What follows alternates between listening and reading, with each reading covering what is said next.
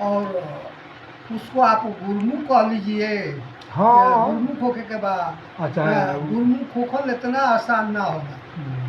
जब गुरु के रूप को आत्मसात कर लेंगे तब गुरु कहलाता है।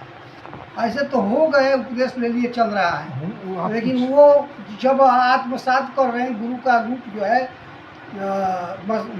मस्तिष्क में बैठ गया पूर्ण रूप से और सूरत निरत हो गई आपकी, तब अहम ब्रह्मास्मि जा करके होगा कि मैं ही ब्रह्म हूँ, उसका बोध हो जाएगा। बोध हो जाएगा। हाँ, जब रूप बैठ गया तत्वज्ञानी का, ब्रह्मज्ञानी कहते हैं उनको, तत्वज्ञानी कहते हैं, तो उस दशा में वो कह सकता है या उसको अनुभव हो जाता है कि अहम ब्रह्मास्मि, मैं ही ब्रह्म हूँ।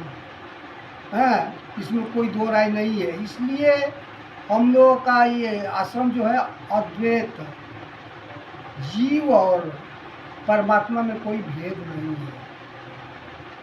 तब तक भेद है जब तक उसको बोध ना हो जाए कि हम ब्रह्मास्मि, मैं ही ब्रह्म हूँ, तो उस ब्रह्म में और इसमें कोई अंतर नहीं रह जाता। ईश्वर अंश जीव अविनाशी, ईश्वर का ही अंश है, लेकिन उसको बोध नहीं है। ये तो हांड मांस का शरीर समझ रहा है अपना स्वरूप, लेकिन इसका स्वरूप हांड मांस का शरीर नहीं है। ये तो ईश्वर का अंश है, ना ये जन्मता है ना मरता है, तो अजन्मा है ये। तो आदमी जो है शोक करता है, बाबू मर गए, माई मर गई, अपनी परिवार मर गई, अब शोक व्याकुल। अरे मरता कहाँ है वो? प्रगट जो तमसो आगे सोवा, जीव नित्य कहीं लगी तुम रोवा। जब तारा बाली को मारते हैं राम, तो विलाप करती हुई आती है कि हमारे पति को मार दिया, तो उसकी जो माया है उसको हर लिए पहले, और बोले किसके लिए रो रही हो? प्रगट जो तनुसो आगे सोवा, जो यह शरीर प्रकट हुआ है इस संसार में, वो तो तुम्हारे आगे सो रहा है। अगर जीव के लिए रो रही हो तो जीव तो नित्य है, ये तो मरता ही नहीं है, उसके लिए रोना तो बेकार है। तब उसको ज्ञान होगा।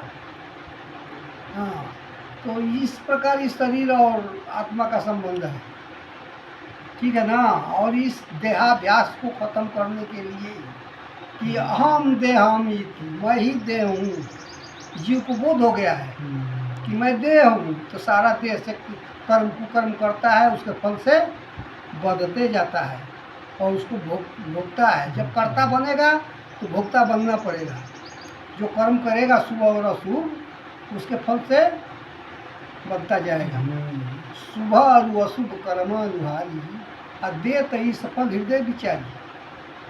मालिक जो है शुभ और अशुभ कर्म करता है मनुष्य, उसको हृदय में विचार कर उसका फल दे देते हैं। वो किसी को सुख दुख नहीं देते हैं, वो तो दृष्टा है मात्र है, हमारे कर्मों को देख रहे हैं बस, ना उसमें संयोग करेंगे ना जो करेंगे। हमारा कर्म ही हमको सुख देता है और दुख देता है। तो ना को का सुख दुख कर दाता, कोई किसी को सुख दुख देने वाला नहीं होता है। ना को का सुख दुख कर दाता, निजकृत कर्म भोग सुभ्राता।